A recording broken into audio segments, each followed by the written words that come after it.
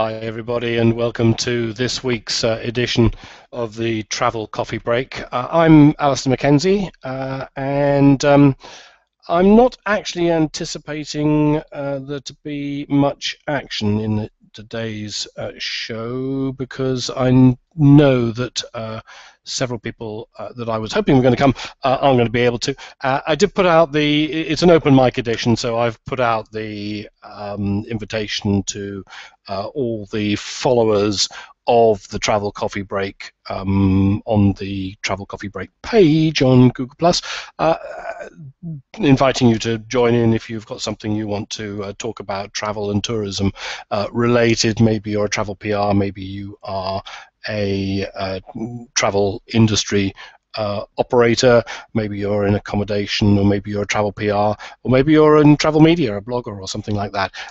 If you have something that you want to talk about, then you need to join me in the next few minutes, really. Otherwise, I'll call it a day because I'm not going to go droning on for half an hour, or anything like that. But it's always worthwhile just letting me know that you do want to join in and talk. Remember, I can take up to 9 guests in a Hangout. So if you do, then do let me know. Contact me through the Travel Coffee Break G Plus page, or actually any method you can find to contact me if you like. Then we can plan it and have you in for a particular one. Last week's edition was very good. We had, as you may remember, Shane Dallas joined me from his hotel room in Bucharest in Romania. He'd been there for the week and was actually just about to fly out, so we weren't able to talk for very long, but he was showing some of the photographs that he'd taken in places like Brasov and Sighișoara and around Romania and some of the landscapes, and it looked fantastic. And we did say at the end of it we only sort of scratched the surface, so he may well come back, but it won't be this week. It'll have to be probably next week, and I'll come to next week in a moment. But a couple of things that I spotted this week that are worth talking about, and you can join me to talk about them if you want to. I got a phone call from the PR for Ranch Rider, who are specialist operator, as the name suggests. They do horse riding tours principally in the States, ranches, working ranches, dude ranches, all that kind of thing, and Canada, but also elsewhere in Africa, for example, horseback safaris, things like that. And she called me up to tell me that she just heard that one of their ranches in the States called, now I can probably find this fairly quickly because I did actually write it up. He said, why won't that there we go. If I hold on, I'm going to need to screen share that with you. Here we go. Right, you can see it there. I did actually write it up. They're doing this Supermoon trail ride.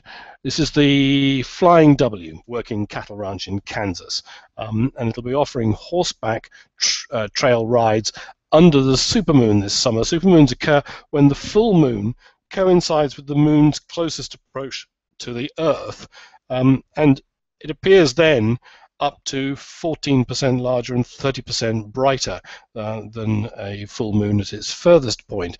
And apparently this summer there are 2 scheduled, July the 12th and August the 9th, and they're going to be taking the chuck wagon out there and riding out across the ranch's 7,000 acres, it says here, beginning with a campfire supper, and enjoying themselves under the supermoon. And I just thought that was a fantastic kind of romantic idea. So that was worth putting up. And the other thing I was writing up, this was, I think I did that on Monday, but I think yesterday I was writing about Orient Express. Orient Express is a name we all have known for years and years and years. Anyway, it turns out that Orient Express hotels, as of Monday, changed their name to Belmond. Now, Belmond is a name that they introduced as a sort of a brand name for their luxury products. earlier this year apparently, but now they've completely changed everything to Belmond. They're a bit odd in the sense that they're not they are a hotel collection, but they're more than a hotel collection because they also have trains and they have river cruises. Orient Express, remember, for years have been doing the Irrawaddy river cruise in Myanmar.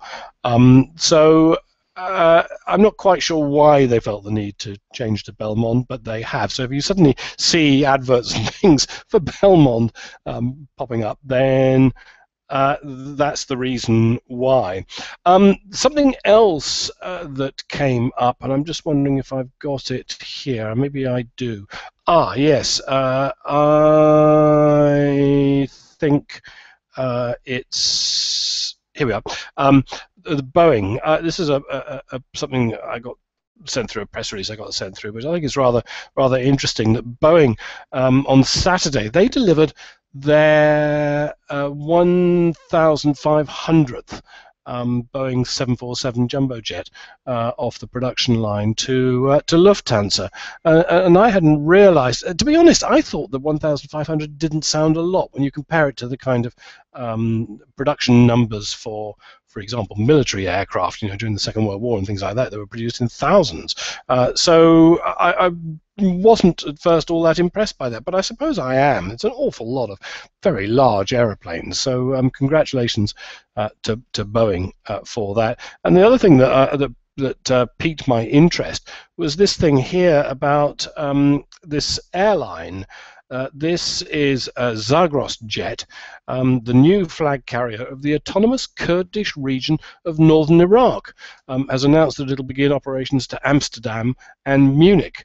Well, actually, in fact, they started in June, end of June. Both services will be flown weekly by the rapidly growing Iraqi airline. I didn't realize that there was I suppose it's really a regional airline, but in the sense that it's not a national carrier. In fact, it says here that it was originally named Zagros Air, but they've changed its name to Zagros Jet to avoid confusion with Zagros Airlines of Iran. So, but all the same, it's not Iraq's national airline flag carrier, but the autonomous Kurdish region of northern Iraq, which I thought was quite interesting. Other things that I think have crossed my desk in the last few days that I thought were really were interesting. It turns out that we're going to finally see the final chapter of the Costa Concordia accident. I was going to call it an incident then, but I don't think that really does it justice. But the aftermath of all of that, par buckled her. They got her upright, and she's now resting on this metal grid by the island. And the whole idea is they're going to float her and then take her away. Well, apparently that is coming in a fortnight. Middle of this month is when they plan to do that. So you can expect to start seeing articles about Costa Concordia in the newspapers and TV coverage and the like. But that'll be a final chapter. She's going to be towed to Genoa, and she'll be broken up then. Now that sounds, because I'm on a different page, that sounds like somebody showing up. Oh, it's Shane. Hello, Shane. It is. You are correct. Can you hear me okay? I can hear you, yes. Yep, excellent. I'm glad we have a good connection this week. Yes, I was talking. You may have heard me talking about your being in Bucharest last week. Let me get rid of this screen share here. There we go. That we were talking about Romania, and we sort of barely scratched the surface because you had to catch the aeroplane. But I hadn't heard from you. I did. Since you got back, and apart from the fact that I did see a tweet from you on the aircraft itself, so I knew you'd safely flown home. Home is Dubai, isn't it? Yes, it is. That's where I am now. Excellent. And we did say we'll carry this on. So I'm pleased to see you back. Now you've had a chance to ruminate on your week in Romania. Have your kind of solidified? The things now that you perhaps didn't mention when we were chatting last week that have come to the fore? Well, that's a nice term of phrase, ruminate on Romania. And that I have done, actually. It was a pleasant surprise, and it's been a week, and I've come back and reflected a bit on it and gone through a few of my photos, and I mean, it's something I would definitely love to visit again. Definitely. There was so much to explore, and even though we had a bit of unseasonal, inclement weather at times, there was always something else to see. So on the Făgăraș Mountains, for example, the weather changes dramatically to the north and the south, and we were on the north one day, and it was just teeming down. It was this storm came, and then we headed to the south, and it was fine again. We went around the mountain range, and we were back in fine weather. So it's incredible. I've never seen a nation with so much changeable weather. So you know, if it's raining in one part, you don't have to travel to get some better weather. That was my experience. So it's quite good that way. Well, it is, as we said last week, and in fact I brought up the Google map to demonstrate the point. It is actually a very large country, and it has a very diverse landscape. You know, everything from the Delta, which we talked about, although you hadn't had a chance to go out there.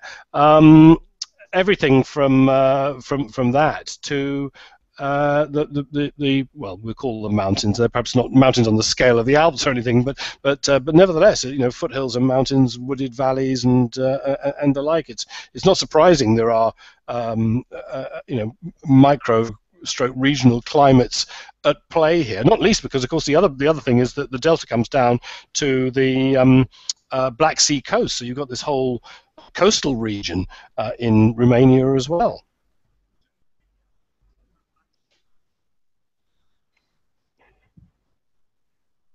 That's exactly right.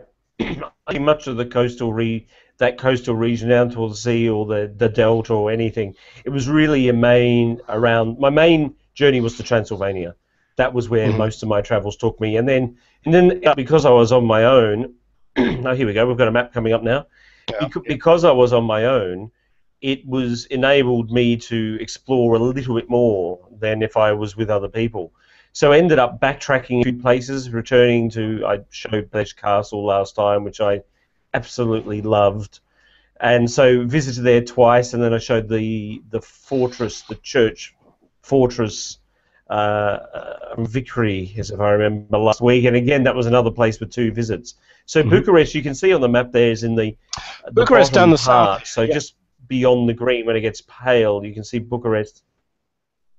It's down the south, and then to Transylvania, you're heading up basically in a northeast direction, and you can see the line of green just below the word Romania, and that's a defining part of the climate. So you have north of there, and then you have south of there. That's the Făgăraș Ranges in that area. But the area up to around the second A in Romania, that is just stunning. The forests through that area were outstanding. I'd love to spend a lot more time there, just exploring the forest and avoiding the bears. You don't want to get too close to the bears. It does, yeah. Now I'm looking at it on the map. You're right. There's a definite. You can see this chain of the mountains, as if you like, coming down here and around along through the middle there, and as you say, I mean, that must make this a sort of a completely different area in terms of climate, and also in terms of, you know, topography than the hills, and certainly very different to the delta, which is this bit here where the Danube comes out, and the coast, which is along here where Constanta is. I'm trying to think which famous Roman it was who lived in Constanta. But anyway, yeah. So the sort of places that most people go when they first go to Romania through Bucharest is to go up here to Sighișoara. Is a very popular destination. Sibiu, you went to, I think, just here, and Timișoara over in the west as well. But I don't know if you got to Timișoara, did you? No, I didn't. I got to Sighișoara. I think I showed a photo last week of that night. Yes, I believe I did. Yeah, yeah, Or did yeah. No, I? it's it is. Yeah, I did. Yeah, so I think I really like Ziguinchor. Ziguinchor reminded me a bit of Prague. A bit of Prague. what in what way? There were similarities with Prague because in Prague you have that area in the old city, which is the there's the old city on top where the palace is and the St. Vitus Cathedral is, and you walk up this hill and you open up into an area with a lot of squares and beautiful buildings, and it's just immaculate. And when I walked, the first time I walked up there, it had that same sense that I've gone along a rise, ended up in a area with beautiful buildings and almost a higher walled section of Old Town. And I said to my guide, Valentin, I said, she's me of Prague. He said, yeah, the design is the same. I believe the design from Prague was the precursor to Ziguinchor. I believe. Could have been the other way around, and maybe I misheard, but they are related in some way. So it's a lot smaller. Prague is a lot bigger, but it was still a pleasant place. And then, of course, as is usual with most places you travel to, in the afternoon there were people everywhere. And so the next morning I walked up and there was probably a dozen or 2 dozen people in the whole area. So you could just enjoy the place in solitude, and it was gorgeous, gorgeous way. I should just say that if anybody's out there and watching and wants to join us, then the invitation has gone out to everybody on who's signed up on the G Plus page for the Travel Coffee Break. So you should find in your in trays, or at least when you go to Google Plus, you should find that invitation, and you can click on it and join. I can't remember, Shane. Did we talk last week about food? No, we did very, very briefly. We talked about the food, and unfortunately, as I explained last week, I did fall to a virus, so I was a bit restricted in what I could eat. But I have to say that I had a bean stew, and it was amazing. It was such a good meal, and it sounds really dull, but I can assure you it was not. It was very flavoursome. You were talking but I'd then love to about explore more of the food. Yep. You were talking just now about there being a few tourists here and there. In terms of tourism to Romania, one of the reasons that we've been talking about it is because it is kind of off the beaten tourist map, although to some extent has been slowly drawing more and more people as they discover it. Actually, it's a very sophisticated country and has some very nice hotels and the like. So I'm just wondering, what was your feeling about the state of tourism in Romania? Well, there's a lot of tourists there. There's no question there's a lot of tourists there. It's not an Italy standard in terms of numbers, but there were. I was told, or I was informed, that the biggest tourist markets for inbound were Italy, Germany, I think Spain, Portugal was the next. So they are quite popular. When I was at Pelish Castle, you get all the languages of the groups that were there, and I think there was a Spanish group. There was definitely a French group next to us, so French is popular there as well. And there was an English group because it was one of the only places I met some fellow Australians was at Pelish Castle. But certainly the biggest tourist attraction in the country is Bran Castle, which, as I explained last week, to me that was nowhere near the standard of some of the other historical sites I saw there. And there were so many other sites as you would drive along, and you could see a monastery or a fortress or this beautiful church sitting atop a hill, and it would just take you months and months to visit all of these. Yeah. They're just everywhere. Interesting. But tourism is there. But not many Brits. No, I can't recall that at all, actually. I cannot recall that at all. No. There probably was, but I just can't remember. What about your guide who'd been with you during the week, and I've forgotten his name now. Apologies to him. Valentin. Oh, Valentin, yeah. I'm just. Is there a lot of? I mean, is it easy? Is it somewhere that you want to arrive at on an organised tour from overseas, or can you just pitch up there and easily find good, reputable travel agents and guides and people? I think you could probably just turn up. That would be my opinion. I think this is a place. I mean, I'm not a big fan of mass tourism, and by mass tourism I mean buses that turn up with 40 people and they all pile through. Because a lot of these places you need to take time, you need to be in solitude, especially some of the churches and the monasteries. And there are some very old churches. There was a church I saw, and I'm trying to get the screen share up for you, where there was a couple of other tourist buses there, and it was fine to have them turn up, but definitely the mood of the place heightened once they all went. I would say it would be fairly easy to actually organise that on your own, and once you're there, and I would avoid the groups, because some of these places do lend themselves to being in a very small group. So maybe you have a few friends, that's fine as well, but they do lend themselves to smaller numbers. And for an example, on the Pelish tour, the first day I did it, there was a group of, we were in a group of 30 or 40, so we were just tagged onto some other people, and that was very difficult. So we went back this morning on my request, and there was probably only about 12 people in that group. Then we went to the top levels of Pelej, and there was only 4.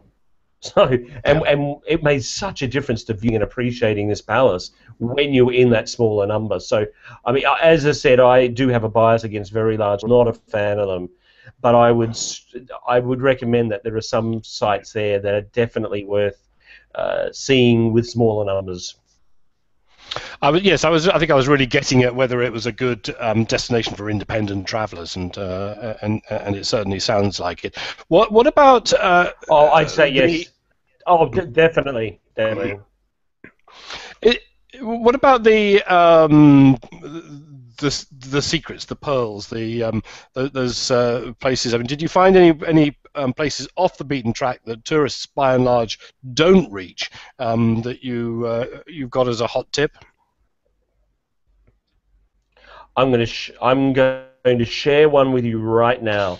This was not on the original. It's Curtea de Argos. It's a cathedral where the kings are buried, and this is the interior of the church. Can you see this now?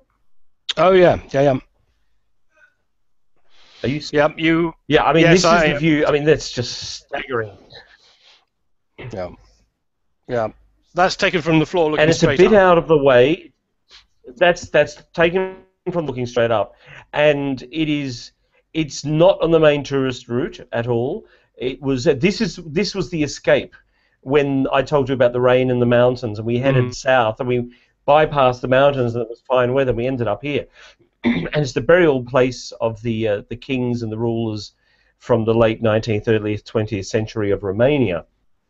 And this is the place I refer to where they came and made the usual noise, and they went, and there was suddenly only Valentin, myself, and a couple of other people, and obviously the person collecting money for the photo fee.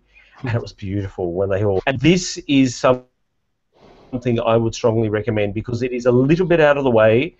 The roads there aren't major roads, so you don't get you don't get a lot of people traveling down that road. The one I mentioned last week, which was, and I'll get back to I'll turn the screen share off while I'm getting the next photo up for you. The one I mentioned last week, which was the walled excuse my English, the walled fortress, or the of Vickery, was outstanding, and I actually have that was the one photo. I think I showed this last week, but I want to show it again. I thought this was my favourite. I really. That was the church. Yeah, this was the one.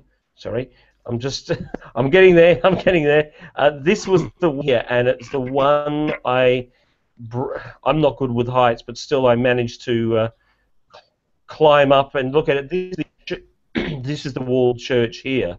So as you can see, this is taken up from the tower and looking down on the countryside, and this was outstanding. This was absolutely outstanding. And there's a series of 6, I think when UNESCO listed these in the World Heritage List, they put 6 churches on it. And this one, there are some others that are probably better restored or better renovated, but there was mood. There was a real mood. And this is which, of course, visited not long ago. And I can see why he chose this. Tremendous. But not a lot of people visit here. Again, and to get on this road, this is a really narrow road, not very sealed. No tour buses go down there because the road's not really suited to them. You do really make an effort to get to this place, but I would rate very, very highly. Those 2 would be my 2 hidden gems, I think. We talked last week, or I think I remember asking you, because Argus and this one here. It is it's a large country, and I was wondering about the distances. I mean, just how much time you have to spend in the back of a tour bus or a car or whichever way you're going.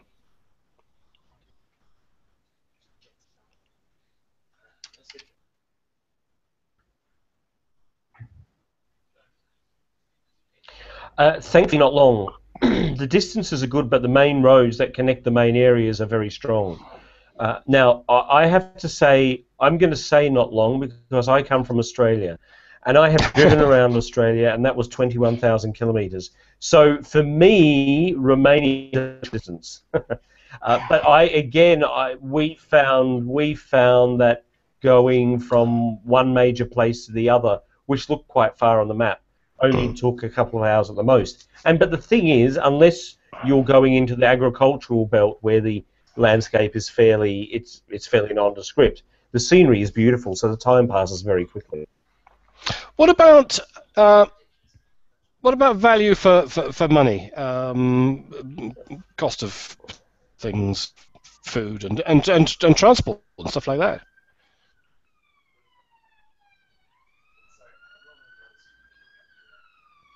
Well, transport, I can't really tell exactly what that was, but I can tell you cost of food. That sounds like a sigh on your end. It's definitely not my end here in Dubai. Regarding cost of food, I found food to be very reasonable, and I was actually comparing it to when we were eating at one stage, and I was looking at the price. I can't actually recall what the prices were. I honestly cannot, but I remember them being very reasonable and cheaper than probably most of Europe. That would be my guess as what I ate. As I said, I was a bit limited on the food situation in terms of what I ate. But the one thing you have to be aware of, there's entrance fees. There are a lot of entrance fees to a lot of different places, and some of the photo fees can be quite expensive. So you're looking at 20 or 32 lei for a photo fee, which is about $10, I suppose $10 or $11 to bring your camera in. But if you've got a good camera that can handle low light, then it is definitely worth paying. And I would say that's probably the biggest expense. I mean, apart from your hotels, but the only unexpected expense would be the fact that you do have photo fees. But I thought it was very affordable. I really did think it was very affordable. And if you do pay the photo feed, are you then limited at all, or I mean, what I'm really asking is, are you allowed to use a flash, for example, or? Flashes are not. I suppose they're frowned upon. I've been in some places where you could pay the fee, and they said you can use a flash. But anyone who knows photography will know that unless there is a very particular small object you wish to photograph, flashes will actually wash out a photo and make it look quite awful. So you're better off trying to change the camera settings to get an image without the flash. But there were absolutely no restrictions. Pelej was the biggest of those places, and the Palace of the Parliament, which is Ceausescu's old palace, his great vision, and I use that term lightly, but his great vision, And Yes. that's a huge building, isn't it? And yeah, I don't think I've shown you a photo of this. Well, I'll just have to rectify that very quickly then, because I'll show you what inside that building now. And though I would recommend the palace, definitely the Palace of the People, I would definitely recommend that for a photo fee, and Pellish Castle would be the two. Strongly recommend for photo fee. Now this is one of the multitude of rooms that you can see, and this was originally, now we were told it was originally designed as a stage, and this was looking through the stage, but there's no back area to the stage, so maybe they thought the acoustics didn't work that well, or they changed it and it ended up becoming just kind of seat or great for speeches but not actually performances. May have been in its intended purpose. But you see room after room, not quite as spectacular as this. I think this was my favourite. Maybe because I have a bit of a fondness for theatre and public speaking, and I can imagine myself standing in that room and addressing it. So I particularly like this room. But there are different tours there. There's a 1 hour tour, which I did, and there's a 3 hour tour. And I would have to say probably the 1 hour tour there is sufficient, because there is similarity to them, whereas in Pellish you have the basic ground floor tour or the ground and the first floor tour, and I would strongly recommend taking the full tour there, because there is a difference in some of the styles. There's quite an eclectic mix of styles in the Pellish Castle, where here there's a lot of similarity. So probably once you've done the 1 hour tour, you've seen enough. But definitely worth going into, and definitely worth seeing. In getting there early is better than getting there late, because more groups arrive when they're late, and they break up the groups into different languages. So when we were there was an Italian group, and there was a lot of them. So it felt like there was more than one bus on them. There must have been 2 buses. And so we were a bit delayed because I had to get through all the security screening, and then an English group followed. And it was interesting that some of the Romanians will actually take the English language tours instead of waiting for the Romanian tours, because there's probably more English language tours than Romanian tours in some of the places we visit. So I just jump onto one of these others. I would recommend, strongly recommend a visit here. It's in the art of, and there is a bit of a history to this about how many people were displaced to actually build this, and the opinion. Some people say, well, look at all these families, he displaced when he did that. And then the alternative view is, well, it was a fairly decrepit part of town, for want of a better word, so maybe it was. Now, I'm not sure which one's correct, but there are a couple of opinions on that. But it's a building that dominates a huge portion of Bucharest. It's incredible to see. Incredible. Excellent. One thing I didn't ask you, Romania's is a part of the Union EU, isn't it? Although it's not, doesn't use the euro. But from a visitor point of view, you Italians, are correct. Germans, Spanish, correct. everybody else. Correct. In Dubai, do you have to get a visa, or other nationalities have to get visas? Is it difficult to get in? Well, being an Australian, I don't have to bother with that at all. I was just told, now, I believe Dubai with Emiratis and the United Arab Emirates, that one of the nations, either Emiratis, has now opened up visas to Romanians, or Romanians have now opened up to Emiratis, but one of them has just occurred and the other one's about to follow. So the reciprocal right's about to come in. So it's certainly becoming a bigger market for people between the two nations here in the United Arab Emirates and over in Romania. But it was, I would have to say, that was one of the quickest visa processes I've ever had. And I have an Australian passport, so it's not an EU passport.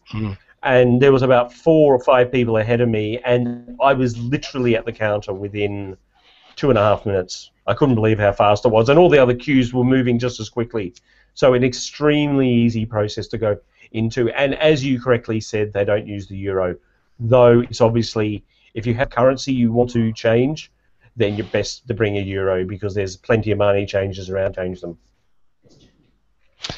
Which, if you go back, and we were talking last week about the fact that, having barely touched it and been so impressed by it, you thought you would be going back. Which areas now would you head for? The coast or further north, or both? You pick both of them. The area I would definitely want to visit, the Delta area. I'd want to spend more time in Transylvania, more time just probably sitting in solitude in those forests, and then heading up towards Moldova. The far north has supposedly some spectacular scenery, spectacular historic buildings, and it just looks stunning.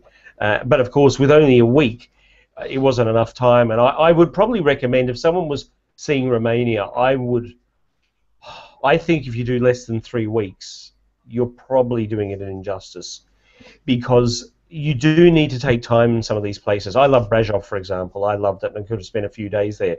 And and there's a huge cafe culture, so you have all these outdoor eateries, and so it would be lovely to spend time in those places. I'm a bit of a fan of slow travel. I'm not as slow as others. I know others that are really slow travelers, but certainly in taking your time in some of these places, and I would recommend at least 2 weeks. I would say 2 weeks minimum for Romania. And then you're not rushing around, and you're just not weary every night. You have time to sit and literally smell the forests, of which they're in abundance there. And so, 2 weeks. But those are the two areas. Up north towards Moldova, and then east towards the Delta. I would love to see those two areas, and more of Transylvania. I was transfixed by Transylvania. I really was. I was trying to think what the well, actually, I could look at the map, couldn't I? The border countries are. It's Ukraine, isn't it? Moldova, as you said. Where's my map? Where's my map gone? There it is. Let's get your map back. Let's get my Bulgaria's in the south. Hungary, Bulgaria. So let's get back to me there, and then the Here we go. The tourists. Yes, the tourists we were talking about. I forgot to say there's a lot of Hungarians visit. A lot of Hungarians. That would make sense. I forgot to say the Hungarians. Yes, that was the one. So you have Moldova, you have Ukraine there in the north, and then going clockwise from the sea, you have Ukraine. Oh, there you are. You can see it now. Ukraine, Moldova, and then Hungary, Serbia, and Bulgaria. Let me just click on the. Get back to the. If I put that up there, that'll hold it in place. Now you can. Now you can talk over it. I'm glad I'm not the issues in trying to swap between the screens and the photos. So as you can see there, as you can see, Romania, to the south is Bulgaria. And I think a few Bulgarians do travel there. Then to the southwest is Serbia. Hungary is a very popular place, both to and from. It seems to me Romanians do love traveling to Hungary as much as Hungarians love traveling to Romania. And then to the north you have Ukraine, which of course is far, far, far away from the problems in the Far East.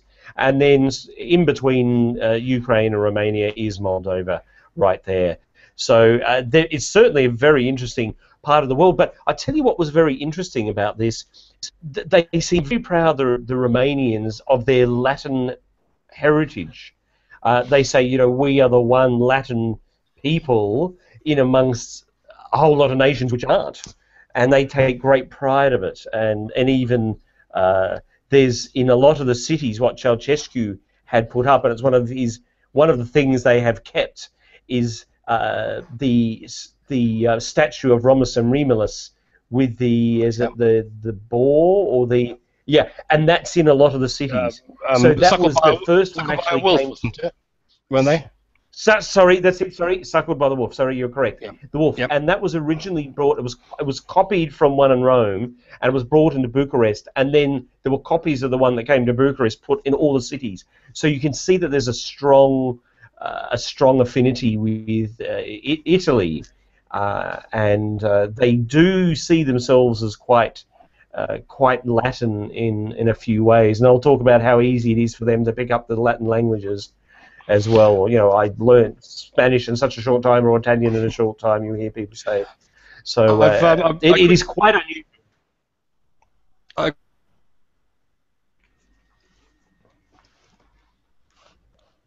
quickly pulled it, and I was trying to remind myself who the famous Roman was. It was the poet. It was Ovid, who lived there. Oh. It says here that originally, actually, it was called Thomis originally, or Tommy, Greek colony.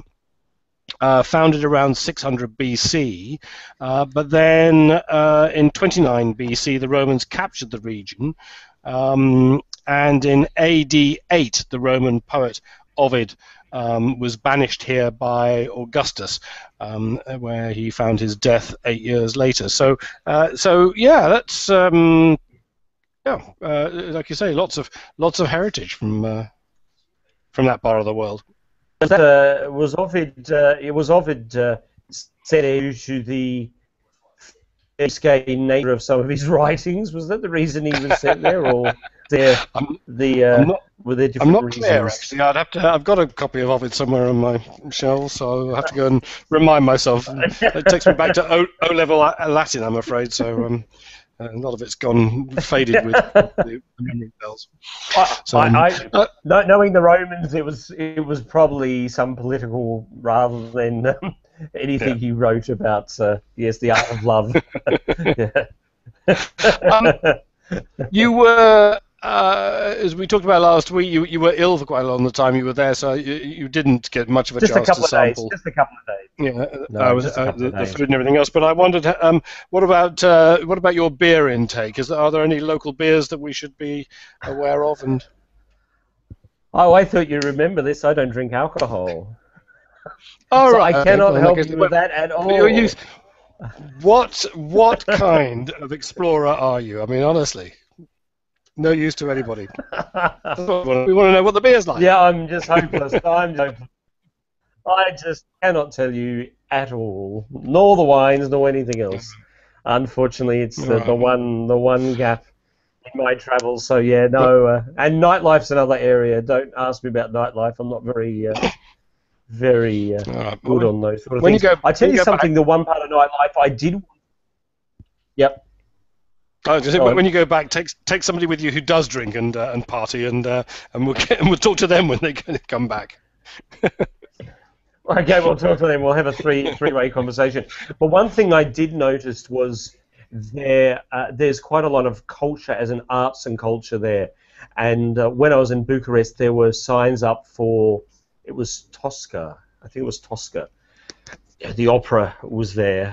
Or was it La Boheme? I can't remember which one it was. I think it was Tosca. And in quite a lot of the places, you would see posters or some advertisements or some flyers detailing some concert performance or some art exhibition or something similar. So there is definitely a strong cultural bent there. And more importantly is a lot of the voice of Romanians that was silenced during the communist era is now finding its voice again. So you see a lot more in that area blossoming. And even though we're going back a long time here, 25 years, it was, from what I heard of it, in terms of the control, especially on state-run TV, I think that was more serious than what I saw in North Korea. I mean, even in North Korea, they would have Korean entertainment on one of the three channels, run channels, and supposedly during the communist era, it was the only thing you had with 2 hours of TV shows a night, and half an hour was news, and the other 90 minutes was lauding the wonders of Ceausescu. So, and then there was a couple of hours of Soviet, or 1 hour of cartoons for children, which was obviously heavily in propaganda on a Saturday morning. And so the controls on their entertainment that were very, very strict. And so the fact that the scene seems to have developed so much since that time is very admirable. And that's something I would definitely love to do next time. If I had a bit more of an opportunity, would be to indulge in that. A lot of it will be in Romanian, and so difficult to follow. But interesting that the cultural scene has exploded. I mean, with all that pent up, rather like opening a bottle of fizzy water, suddenly erupted after being clamped down on for so long. It must be. I thought you were going to say champagne. I was thinking champagne, but I thought I wouldn't go there because you don't drink. No, you can go there. But it's a shame that that so much of it would be in Romanian and therefore inaccessible to most visitors. Well, I think for operas, and I love my operas. I've seen, lost count, maybe 60 operas in my time, and I love them. And if you're going to see a country such as that, so for example, Tosca would be in Italian with Romanian surtitles. So all you do, if you get a situation like this, you just go to a website, bring up a synopsis of what's occurring, and bring it with you. And then you can follow what's occurring during the show. Of course, the actual live theatre with the spoken word would be extremely difficult, but certainly arts or classical music or any other forms of music, you don't really have to understand the words for that. You can just, it's the rhythm, isn't it, of what you're experiencing. I was thinking really more of and so many countries under strict regimes that are then liberated, and particularly those in the Eastern Bloc, devised subtle ways, particularly around comedy, around satire in nightclubs and things like that, of expressing their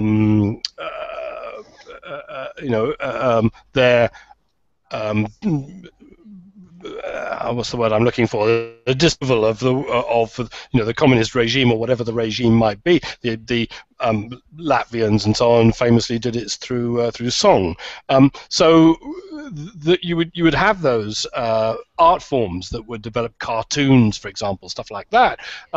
That now form the core of local culture because everybody recognized them at the time, and they continue. They don't have something to rail against anymore, but they're now the mainstream as art forms. Yes, I think that's national nature. They're difficult to understand for outsiders.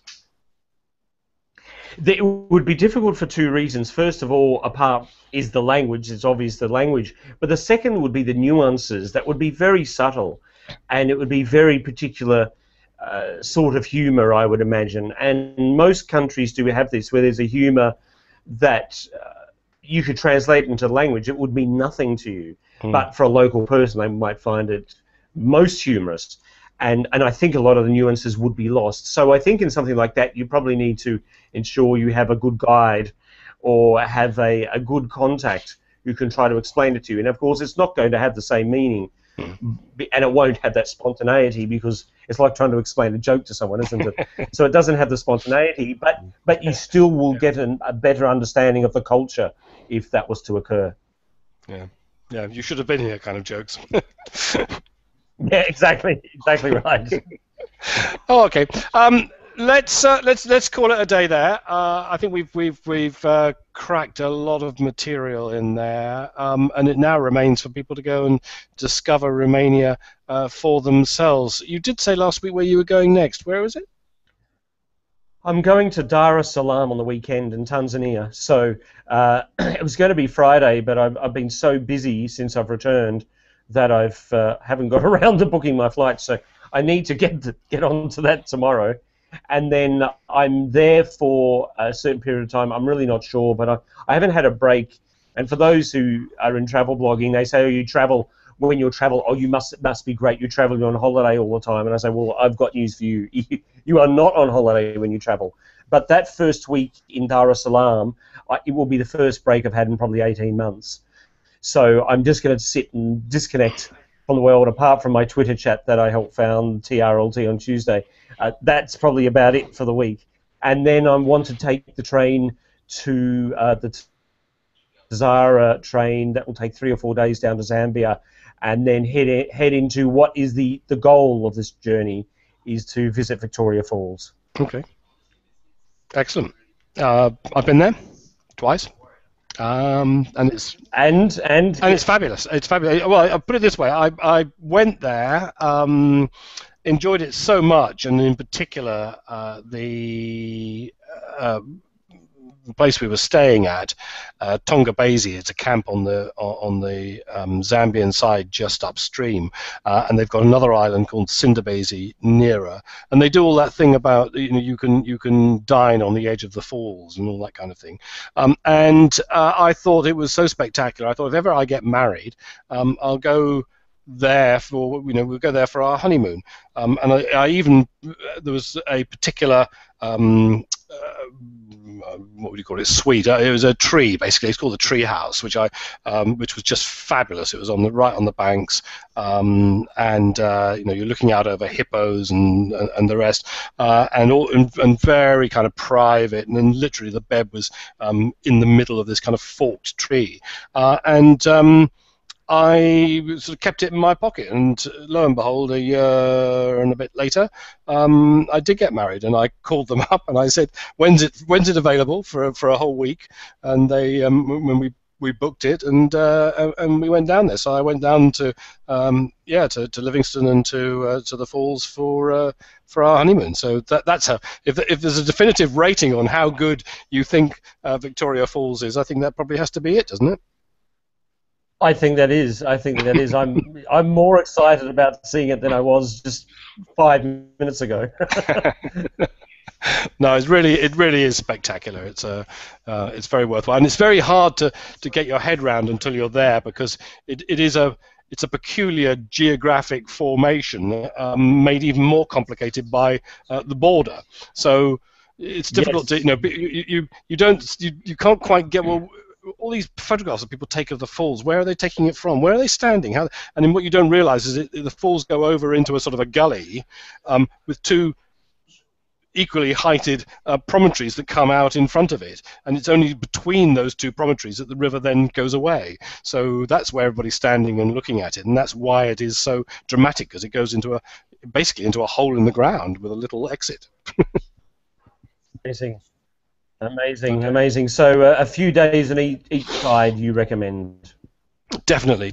And the other thing you should do, if you get the chance, is you should go up to the South Luangwa National Park, which is an amazing park and notorious in Africa for being one of the original walking safaris, homes of walking safaris.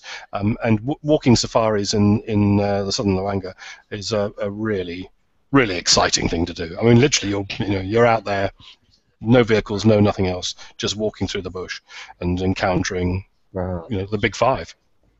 Very exciting. Amazing. So do it. I'm looking forward to it. Okay. All right, let's call it a day. Next week, guys, I'm going to.